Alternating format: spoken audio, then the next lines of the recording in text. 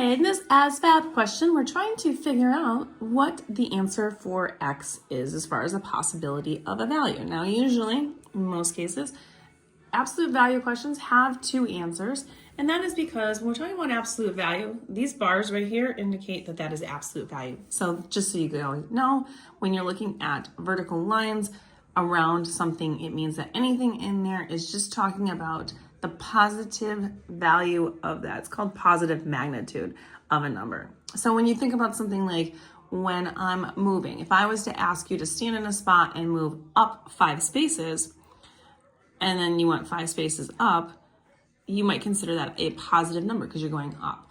If I was to stand in that same spot and tell you to move down 5 spaces, you would go back 5 spaces, but you're still going 5 spaces. So it doesn't matter whether you're going, that doesn't mean that you're negative or positive in the sense of that. You're just talking about like your direction. You could say the same thing if you're going left or right. If I asked you to move 5 spaces, you're still going 5 steps. So any which way, absolute value is just referring to the fact that your movement is only a certain amount of spaces. So there's no positive or negative connotation to that. So when we're looking at something like this, you could always just plug in numbers and see which one makes a true statement, but you need to know what these bars mean. So that means absolute value.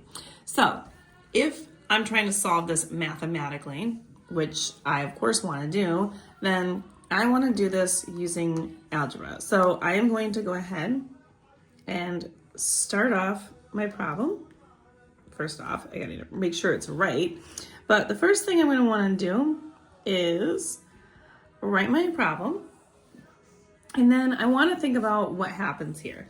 So what happens is we're going to move that +3. We're going to move that +3 over to the other side. So I have to do the opposite operation, which is to subtract it.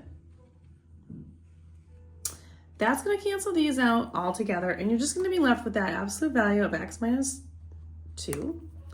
But you're going to be left over here now with 4, which means that whatever's inside of this bar set of numbers, it has to either equal one of two things, either a positive 4, like it is right now, or a negative 4.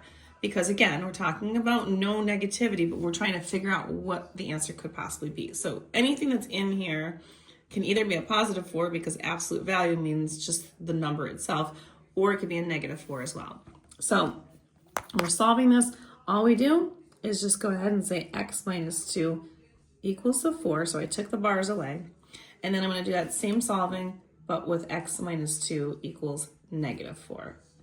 Again, that is because we are trying to figure out, it could be one of those two options for an answer. So we just go ahead and use some basic algebra in order to figure the answer out. We add 2 to both sides, and you're ending up with x equaling either 6, which is one of our possibilities. So I could automatically just go right now, but I'm going to just double check this.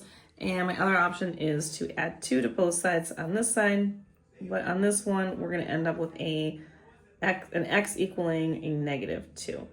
And there is a positive 2 up here, but not a negative 2. So 6 is one of my answers. So A would have to be my answer. And if you want more questions like these, you can find them on my YouTube, Instagram, and TikTok at YouWantAlgebra. They're going to be located in the ASVAB section. And let me know which types of questions are your favorites.